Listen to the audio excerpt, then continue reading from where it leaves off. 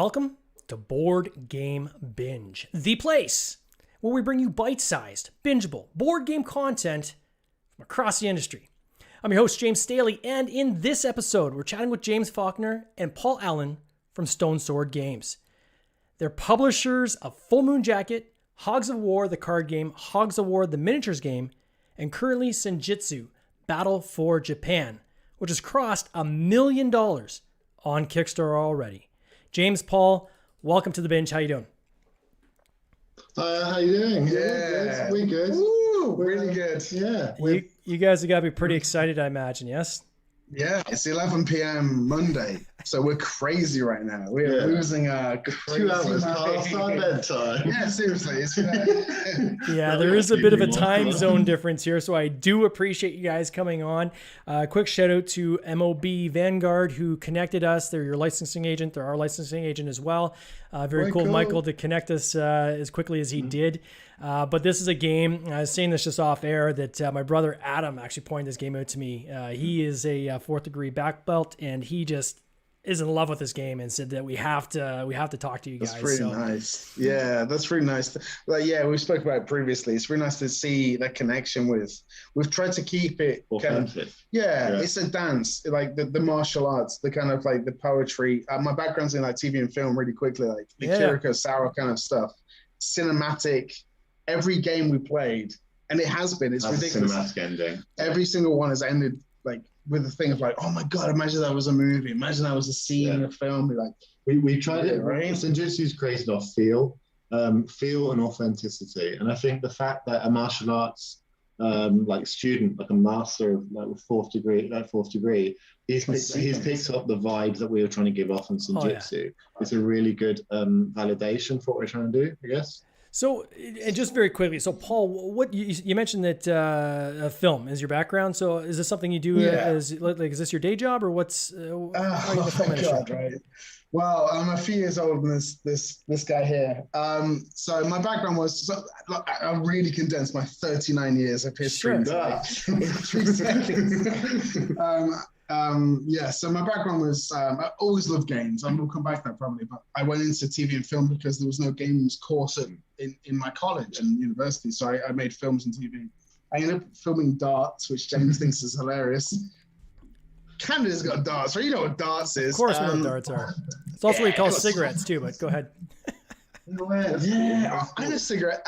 So we played that. But my love, I remember doing my when I was 16, I did my A-levels. So I don't know what it is in Canada, unfortunately, but my kind of like up until just before university, I specialized in like Akira Kurosawa, kind of like Japanese samurai and movies. Always had that fascination with like kind of like the interesting martial art kind of action movie thing. And it's like Sir James mentioned, like the feel. This game, we'll jump 20 years, but this game is like, we wanted the game to feel like you're fighting. It's not like I can just tap buttons and attack behind me. It's like, no, you can't tap behind you. You have to move and face and recall. What can you do? You can't do everything you're capable of in that specific moment. Like there's a tension to the game. There's like a breathing to the game in that like you have to withdraw and pause for breath and change position. It's something when the thing that dropped really for me was when we designed the first iteration, like the proper iteration of the game. And then I watched the Akira Kurosawa movie. I think it was You're a Big Jimbo, and it was like the person would run forward and slash and miss, but then reset. And I was like, that's our game. Literally, I was like, oh my god, we've got it. Like you move your camera, you move your stance into position. It suits samurai, doesn't it? It suits that. There's that martial poetic-esque. Also martial discipline. I think. There is that idea of like that chasing of perfect form, which I think you don't always see in other martial cultures. Like in like British martial culture, we've never had really an art of fighting. It's just been like, there'd be an art to gunnery and seamanship. If the tactics are there, I think on the personal level, soldiers, they would joust and they would fight in sword fights, but it wasn't obsessive. I'd say Japan have always been obsessive with their crafts. Like they love to go really hard and perfect them. And so with martial arts, I know obviously a lot of what we know about samurai is it's post Tokugawa, it's like a rewrite almost. But it did fundamentally focus on this idea that samurai at their best, like in the same way we think of West with chivalrous knights, they did have this code and they did have this kind of strive to hit these certain virtues and perfections. Honor and so forth. Yeah, exactly. And that kind of has been folded into the game. And, we've done it historically in an authentic way where we've done it warts and all. So like not every samurai is this like King Arthur-esque like pillar of virtue. Yeah. There are also samurai that are just nasty pieces of work. Yeah. Again, going back to your brothers, it's nice to see someone who likes martial arts who sees that. Sees the connection. Yeah. Because we are games designers, but the idea is like we wanted to have that. It's not like you button mash and go, oh, I'm winning. It's like, no, you're not winning. How are you winning? Because I've gone into this stance. I've gone into a Jodan stance and done this move. And you're not playing Meta Knight in Super Smash Bros. No. It's very strategic in that strategic kind of a fight. How did you guys meet though? So before we're going to get to the game in a second, but how did you guys meet? It was in a pub, wasn't it? Yeah, we're British. Everything happened to them. It's a middle ground. So I'd made a game. So obviously you can tell by the white hairs and the beard. I'm slightly older than James. He could almost be my son. Hello, Dad.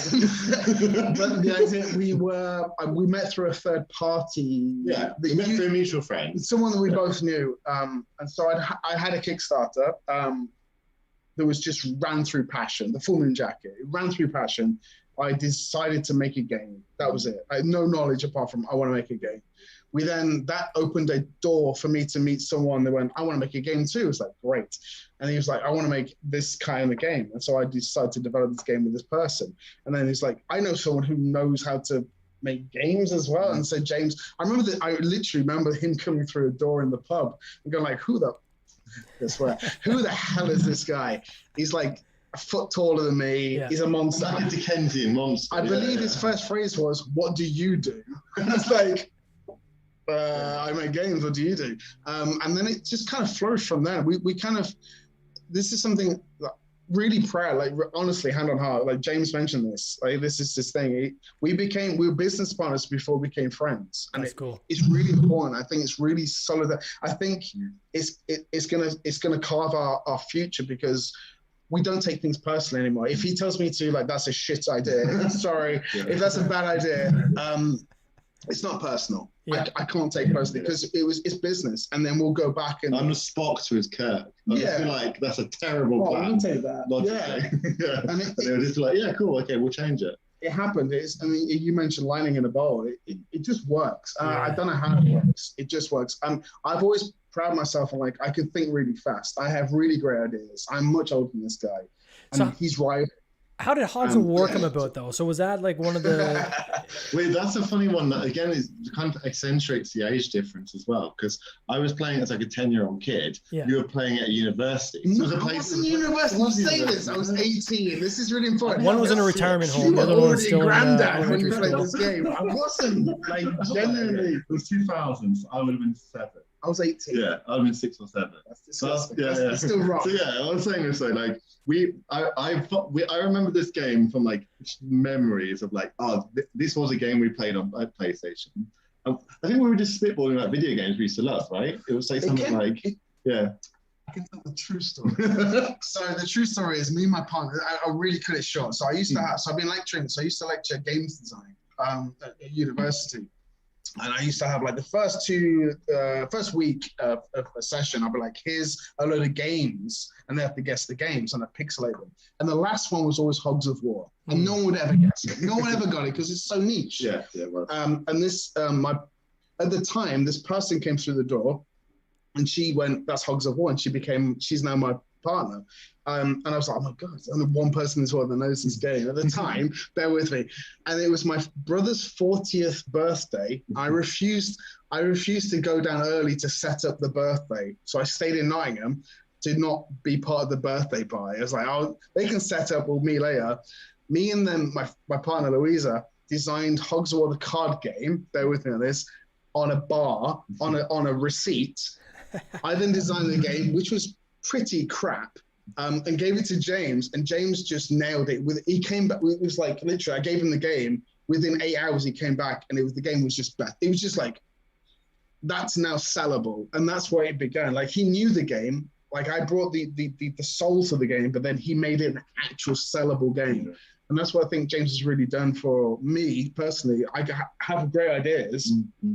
We both have great ideas, but what you do is you refine them very quickly into a point where like this will sell. And was there licensing or anything that was involved in that? Or yeah, but it was a beautiful story. Sorry, James. I think you hear a lot of like licensing stories of like stories from like nightmare of different people trying to stir the pot. We literally emailed the creator of the original video game and said, "Hey, we're both massive fans. Can we make a game?" And he was like, "Yeah, come up and have a chat."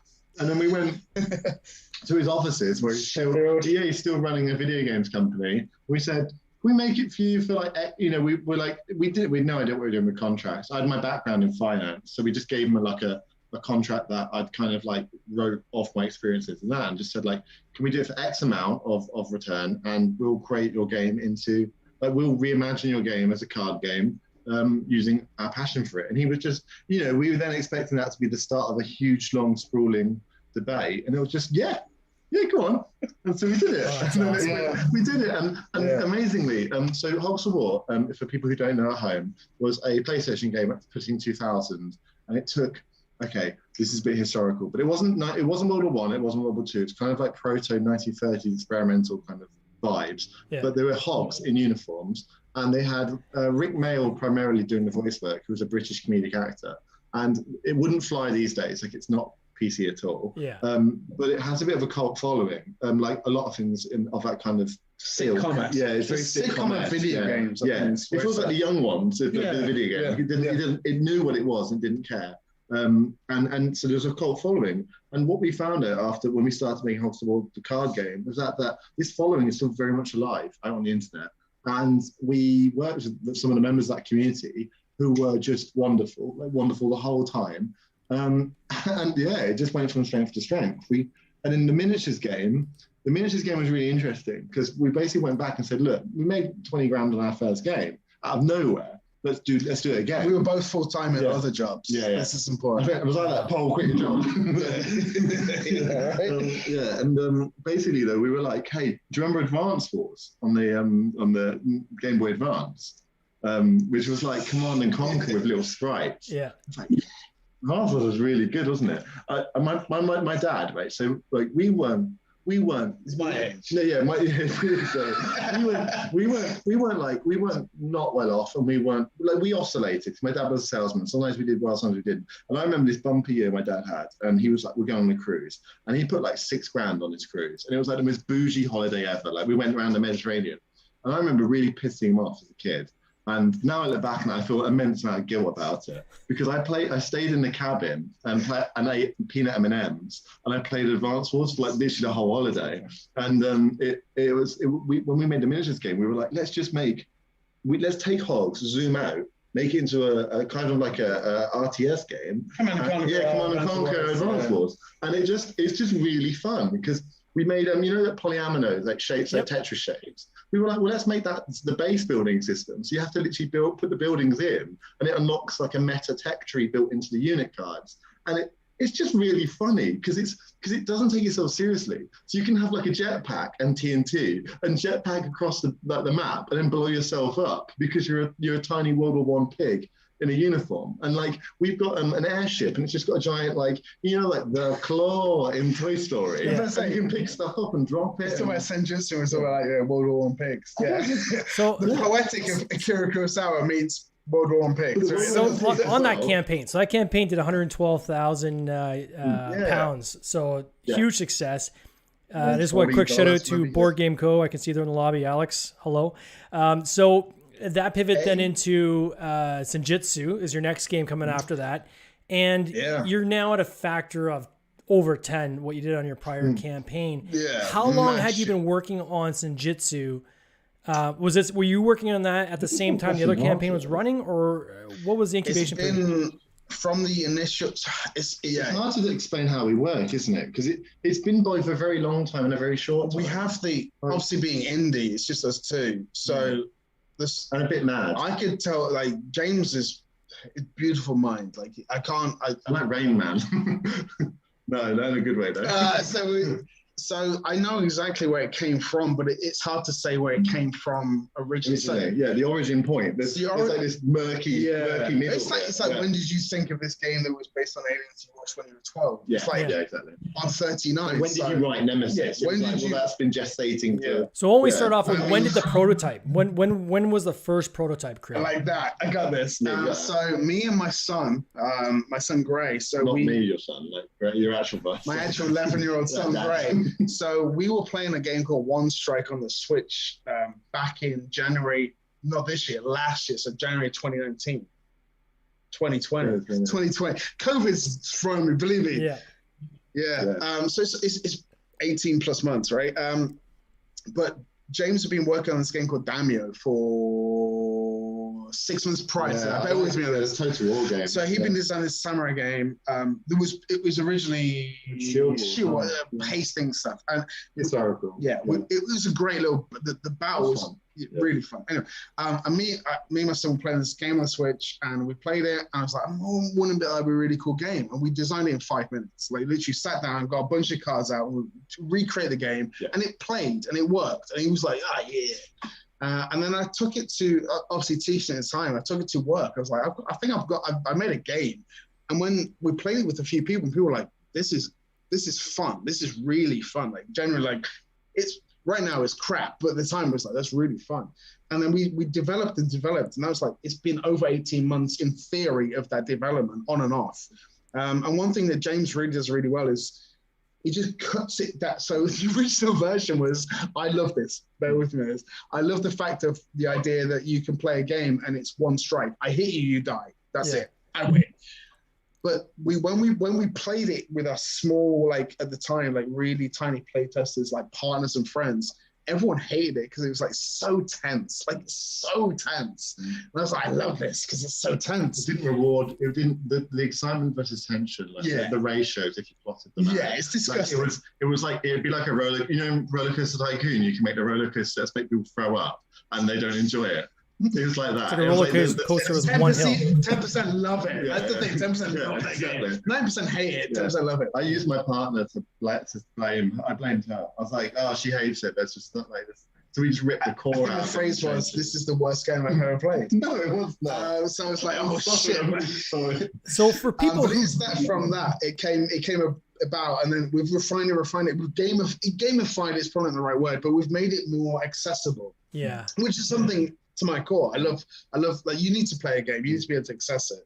I think we've made it less Hollywood as well, because actually the whole idea of people dying from one blow is like a Hollywoodization of combat. Like if you look at Japanese art, people with hundreds and hundreds of arrows sticking out their chest, and they're still fighting, cutting down Ashigaru. And I think like that also wants to put into the game a bit. Yeah, it's way cooler. So can you guys give me just quickly an overview of the gist of how you play this game? Quick. Oh my goodness. I'm sharing the screen right now. It looks super cool, and I mean, the visuals are impressive. There's no doubt about that. Here's the pitch right now. Yeah. So at its core, it's a duel. So it's a skirmish duel. So it's, imagine on a battlefield of hundreds of thousands of people, you've seen your opponent. They step out into the kind of fog. But the game itself is based on there's a deck of cards, a deck construction. So you've built your deck based on what you know. So it's a chosen preset. Yeah. Or chosen preset. So what you know as a samurai is in that card deck. Every ability you've been trained for the last X amount of years is there. And when you draw to your hand, it's the thought process. So it's like what that samurai is feeling and thinking right now. So if you pull a handful of attack cards, it's like your character's uber aggressive. Like I need to attack. Like, you might have built that, but then again, it's like obviously with deck constructions, like I need to mill. I need to get some more kind of calming defensive cards. So the game itself is based. I mean, the game plays one-on-one within 20 minutes, and it's trying to recreate the fact that a fight will not last for more than 20. It can't do. Yeah. If you're throwing your soul and heart into a game, into a fight, it's lasting 5 to 10 minutes, right? We try to. You're looking for openings. You're looking for that finish. It's like a real. You're controlling a miniature on a hex-based board that is positional. So it has a front facing, has side hex, and rear facing. and you're essentially you're working out in combat. You don't just rush at your enemy with your sword up because you're telegraphing what you're going to do. He's going to go with a low thrust and open your belly. You're going to try and get round him. You're going to, if you see your opponent's got like a bandage over one eye, on their left eye, you're going to go around their left-hand side. If you see that they're limping with their right-hand side, it's that bloody discombobulate scene in Sherlock Holmes. You work out your enemy. A good player does that. I'd argue as well, in samurai combat, that you've got in the history of feudal Japan, you have legends, right? You have larger-than-life legends. And they had schools of training. Like they would train at this school. Exactly. They would train at this school, move to that school, and they would you would be able to read that on your opponent. It almost like boxers. Like when Muhammad Ali fought George Foreman, he knew how George Foreman fought, and he exploited that. And that idea of martial combat in boxing, warfare, it all links in. It's all the same principle. You're reading your opponent and trying to gauge what they're going to do before they do it. And that's why the cards, the hands are hidden, but there's an element of deck counting in it. So gold cards can only come out once, seal cards can only come out twice. So you are waiting, like you see your opponent's gold card come out, and you're like, that move's exhausting for him. He can only do it once and it's gone. So I don't have to worry about that positioning on the board anymore. Can you explain this Kamai tree? Yeah, so the Kamai tree represents stances. So the Kamai tree, you have aggressive stances, defensive stances, balanced stances, and they unlock bonuses on the cards. So if you're in an aggressive stance, you might be striking a bit faster. You might be striking at a greater distance because of momentum. A defensive card, though, if you're in a defensive position, you might be able to withdraw a bit, or you're drawing more cards because in your mind as a samurai, you're not thinking about getting the next hit in. You're thinking about what am I going to do in a couple of minutes' time. We kind of abstract it to each ability card played. It represents like a couple of seconds of combat. Yeah. But you're literally playing like, it's kind of like the famous thing with Warhammer 40k was that a turn used to last 6 seconds. On D&D, D&D 6 seconds. We tried to have that. So, I mean, one thing that was really sound, it's like, so originally like the, for example, take the aggressive stance, it's called Judan. So the idea that the person would have the sword above their head. So it's all been built with, like, hopefully your brother will love this. The idea it's been built around that. So every single stance represents that ability that I'm in. But we've gamified it to the fact, because we play tested a lot, and it's hard to remember like the Japanese names for every stance, but they still, so a big sharp triangle in red is like, I'm going for you right now. But like James says, like, once you're in that, you get the bonuses. I'm coming really fast, but everyone knows you're doing that. So you go, okay, I'll flip rock, paper, scissors. I think you're doing scissors. I'll go to like stone, right? And so, but then a good player will like, but I tricked you on doing that. So there's a lot of like mind. It's chess, poker. People have called it sexy chess. And I love that comparison when it comes to the positioning element of it. I do also think that there is a strong mind game at the table. Like we played the last one we played. The last game we played yesterday. It was with Mark Day and Tia Dav from Stowy and Not Board Gaming, and we got a card in early on them that let them. You guys read our hands, and they saw that we had a dash down strike, which like you learn the cards and you go, okay, that's a speed 6 front movement double wound card. That's red Kame. That's a speed 8 card. So I know that they know that we have it, right? So then I then look into their hand using a card, and I see their blocks. I'm like, that block is that fast, that block is that fast, that block is that fast. And so I get into the position to pull off dash down strike 4 times. But the first 3 times I do it, I fake out. I'm just playing a crappy card. And then what it means is they're putting the blocks down because they're like, oh, but they're trying to block it. And I'm like, I'm just thinking, sitting, you know. And what happened was Paul and Mark got rid of all these blocks. And then we got into the right position and we sliced them in half. It was horrendous. It was horrendous. That's the game. It's not only chess. It is also bluffing. There is mind game. Yeah. So I'm a massive fan of like poker with Texas Hold'em, and the idea is like obviously with the 2 cards. Imagine if you could see opponents 1 card, but you get to show them that card. So I've got an ace and a 3, right? Yeah, but I show you the ace, and you go, but the other card could be an ace, and it just throws the game. With like, I know you've got something good, but what's the other thing you've got? Yeah. Or you throw them the 3 and you go, I got nothing, but I've actually got the ace. And it's like, and the more you play the game, we've thematically, mechanically created the fact that the more, hand on heart, this is something I'm really proud of as a designer, is the more you play it, the more you learn. And it only takes 20 minutes to play. So it's not like a game where, because people say, oh, it's a bit random if you don't know the cards, right? But I played Lord of War, Lords of Waterdeep like a dozen times, and I still barely know how to win. Yeah. But, you know, I've won every time I played it. I don't know how I've won every time. Yeah. But I know why I've won Senjutsu because I've learned every card. And if you watch the battle reports, I read him like a book. Like that guy is like, I'm in red at speed 8. I literally know the card. I know the card, and then but he knows I know the card. So it's like, but I know the card. How many minis do you guys have in this game? How many? What? Minis. 13, I think. 13, yeah. In the first wave. Not counting terrain as well. There's terrain. It's going to be beautiful. All the miniatures are world class as well. Like, I just want to say that the minis are absolutely gorgeous. I mean, and I can see from your team list that you've got a lot of sculptors on your team working on this. So there's obviously a lot of hours have gone into creating these characters. I know for people that love minis, that want to paint them, I'm sure that this is something people want to have in their collection. Yeah. What was the decision? Was there ever a point in the design of this game where minis weren't part of it? No, never. Like the thing is, at the end of the day, it's the strong. We always cycle back to samurai culture in Hollywood and films, like the Kurosawa of. Like the sword raised slowly across the head against silhouette against the skyline. Judo. Yeah, exactly. But you've got the visuals of Ran and Yojimbo. Like you can only do that with a miniature. Like you've got playing chess with Greek Hopper. This is a great game. What's it called? It's just using he uses poker chips, and it's just like. People's imaginations, I don't think everyone can imagine the fight off poker chips. Like they need to be able to visualize the character. And it's the reason that in all the Pokemon games for the last 30 years, you've seen the back of your character and the front of their character. It's you want to get your eye down on the table and see the samurai about to kill the other samurai. And then you can only do that in miniatures. We've had the luxury. So we are like, we know, so from our games, the design background and lecturing, I know a lot of people can 3D model.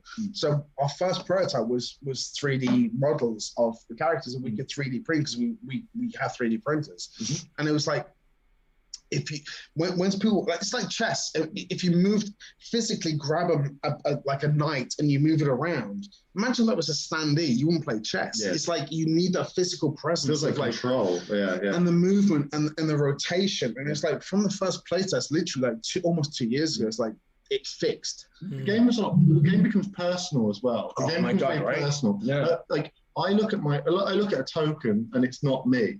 I look at a chessboard and I'm the general. I'm not the king. That's the thing that chess doesn't do. If you have one guy on the board and you've painted him, you've spent 20 hours painting him, you've picked him out, you spent hours making his deck as well, like a magic player will make a magic deck, and suddenly he feels like he's yours. It's like when you like have a 40k list and you make yourself the little general. Like he's your fighter, or the woman is your fighter, but you are essentially viewing the world through their eyes. Because Senjutsu, you only ever control one character.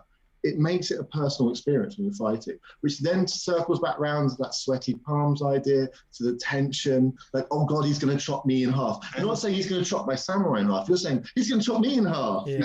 And your brother, James, it's like the idea that he's playing it because he's him. Yeah. Like you're part of this game. It's not like you're controlling kids. We're all kids of fantasies. We just want to be the samurai with a big bloody sword. Yeah, my background, I mean, the love of games came from when I was 8 when I played HeroQuest, and it hasn't left. You love HeroQuest, and it's every day. So Senjutsu is like that version of that. In this campaign, you're almost in Canadian dollars, almost at $1.4 million, which is significant. And if I just compare that to your last campaign, it was around like 200,000 Canadian.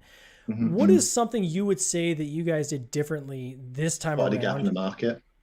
Hogs of War is a product of love and passion, and it's purely made for the fans. It's a fan project that's come from our love of a video game that's relatively obscure, that's mostly UK based. Like 70% of our backers were UK.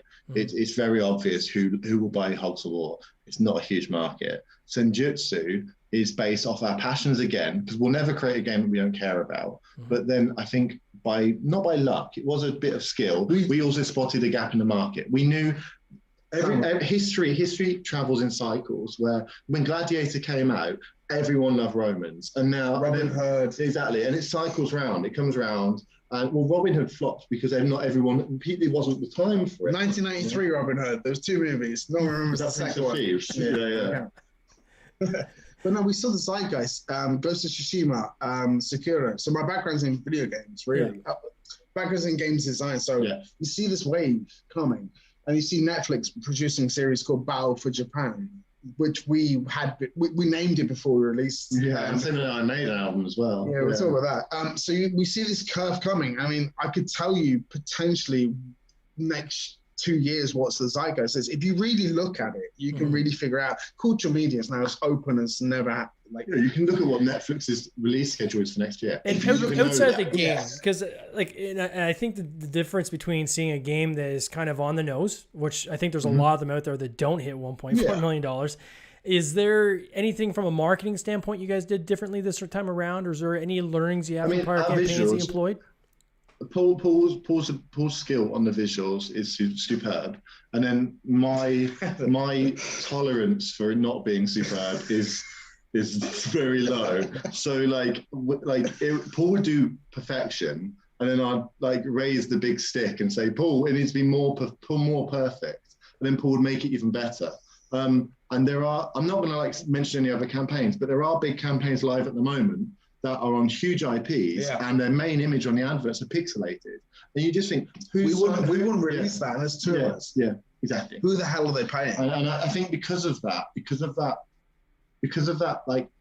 visual standards almost. So we said it has to be this good, and the whole campaign page looks lovely, and that's Paul's blood, sweat, and tears. Because of that, though, I think people can feel that. They feel the quality. They know that because we haven't compromised on the Kickstarter or the visuals, we're not going to compromise on the product. And you can also look back through the updates on Hogs of War. We've just thrown in stuff with our own money because we know we want to push it up quality-wise as far as it can go. Like I said, I don't want to release our secrets. Our secrets are us too. It's making a campaign that looks good, that brings people on. And James, that's and caring about the most authentically. It's the nicest thing he's ever said to me ever. But also the community. If you look at it, if you count James's comments, it's I don't know. I don't want to say record breaking, but it's up there. The idea that the campaign needs to look good, and also you need to care about every single comment, and not every single way as well. No, we want the game to. How would we make a bad game? If we made a bad game now, why? Question that. Why would we make a shocking game?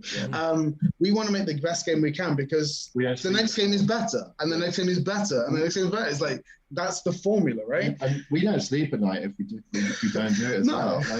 You play people at 5 a.m. on your birthday to prove them wrong. I think that's what. The other one, my favorite one is we spotted there was a comma in the wrong place in the Hogs of War the card game rulebook, and I opened up 2,500 copies of the game, and I changed the rulebook out by hand. Wow. And I made Paul join in on that as well, and because it's I don't know. It's not about. It was mainly because I wouldn't be able to sleep if I knew that comma was there. I'm gonna break up formula. Clearly, quality control is important for you guys, and having amazing artwork, which I think your game has.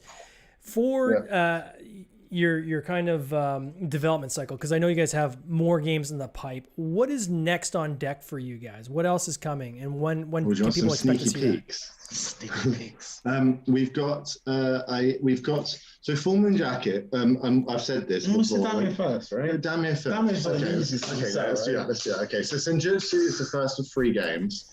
We're gonna keep telling the story of feudal Japan in the Sengoku period authentically. Until you're sick of Japan. And not much Japan. And so the first game, I think what's amazing about the first game, and a few people have noticed it, is that it's also not normally the type of game that makes over $1 million.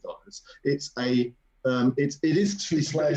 beautiful solo mode. It can also be played with 0 players, which is kind of funny, because the AIs can fight each other. But ultimately, it's a tense, competitive 20-minute game at a nice price point. And most games that make $1 million are like $300. It's the whole of the Alien franchise in one game. It'll take you 4 hours to play. It'll be great, but it's really expensive. Yeah. So we've done that, and like ironically now, I think we're moving into more safe zones with the next game. So Daimyo is going to be a historical 4X samurai game where you're going to control a clan that fought in the Senjutsu Jidai, the time of the Warring States, and you're going to take a historical Daimyo all the way up to the gates of Kyoto, and you're going to basically try and become shogun. And it's a rip-off of Shogun Total War, but it's going to be wonderful, and that's beautiful. And you're going to have like stackable castles and Takeda Shingen on a horse, and it's wrong-handed, right? Sounds amazing. And then the